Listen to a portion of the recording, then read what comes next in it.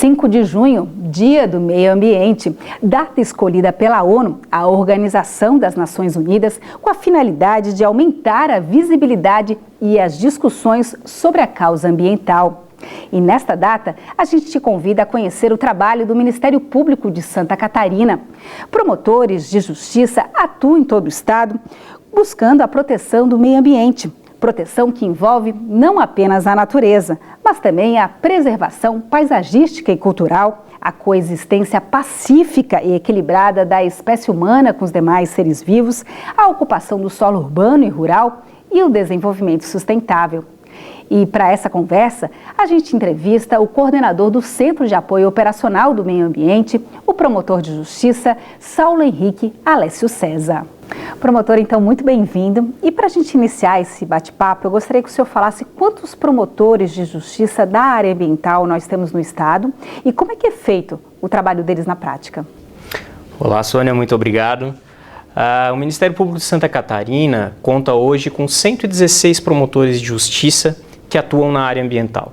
Em cada cantinho do nosso estado, em todas as comarcas de Santa Catarina, nós temos pelo menos um promotor de justiça com atribuição na área ambiental. Esse trabalho ele é feito de maneira multifacetada e de maneira bastante completa. Quando a gente pensa no meio ambiente, logo vem à nossa mente os recursos naturais, água, vegetação.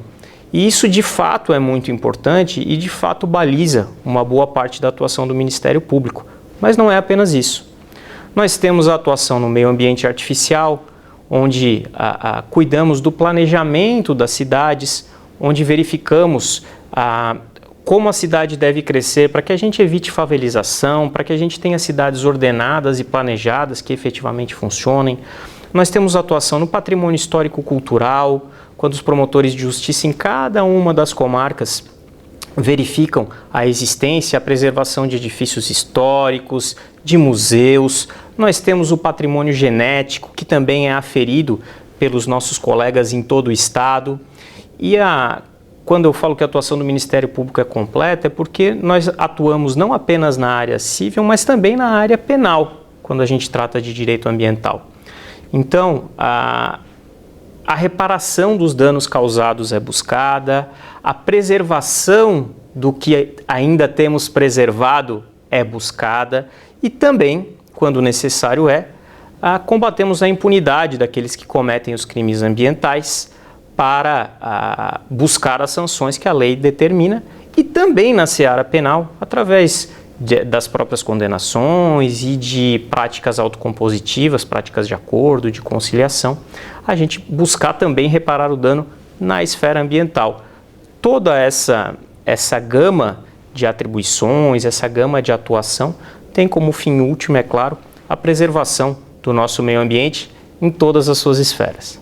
Promotor, e diante deste trabalho, quais números que podemos destacar de procedimentos tramitando hoje no Ministério Público catarinense? Bem, hoje entre ações judiciais e procedimentos extrajudiciais no Ministério Público, nós temos mais de 6 mil processos e procedimentos. Isso demonstra a dedicação dos nossos colegas na área.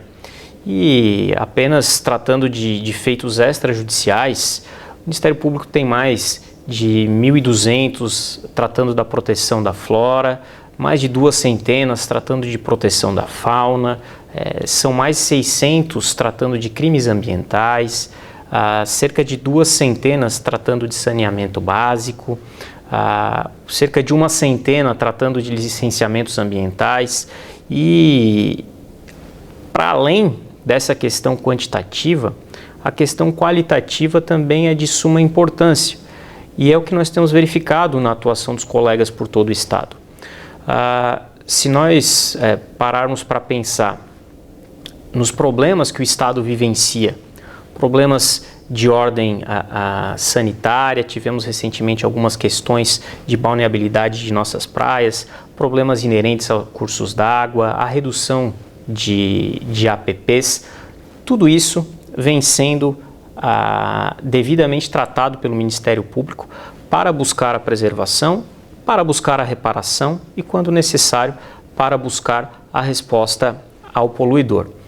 Nós não podemos deixar de mencionar também, na área de licenciamento ambiental, um programa específico do Ministério Público, analisando cada um dos órgãos licenciadores municipais e consorciados no Estado, com o objetivo de garantir que o licenciamento seja feito nos termos em que a lei determina e seja feito de maneira célere. Há um interesse aqui de toda a sociedade de que os órgãos que fazem o licenciamento tenham a capacidade para efetivamente fazê-lo, os técnicos que lá estão estejam em número adequado para o fim a que aquele órgão se propõe, a normativa vigente esteja sendo devidamente abarcada, e isso tudo é fruto ou é objeto de análise específica do Ministério Público nesse programa. Além disso, temos programas específicos de saneamento básico, grupos de atuação em defesa dos animais, grupos de atuação em defesa do patrimônio histórico cultural, objetivando uma tutela completa do meio ambiente. Promotor, a instituição, por meio dos recursos do FRBL, o Fundo para a Reconstituição de Bens Lesados, também viabiliza valores destinados à recuperação e prevenção de danos ambientais. O senhor poderia explicar quais são os números e como isso acontece? Bom, o FRBL, ele atende sim o meio ambiente, mas atende também diversas outras áreas de atuação do Ministério Público. Exemplificativamente, ele atende projetos da infância e adolescência, atende projetos de direito do consumidor, atende projetos da segurança pública, tudo buscando entregar à sociedade um bom resultado e a efetiva reconstituição, o efetivo retorno para a sociedade que fora lesada em outro momento. Isso também reflete o bom trabalho do Ministério Público, porque é nos acordos que são formulados tanto na seara penal, quando a lei permite, quanto na seara civil, que se angariam esses valores.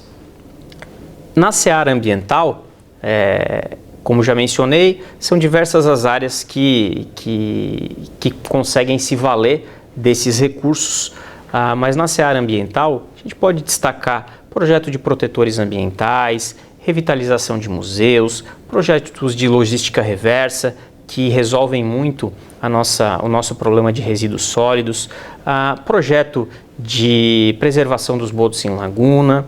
No total, apenas no ano de 2022, o FRBL viabilizou mais de 17 milhões de reais em projetos que são efetivos e importantes para Santa Catarina.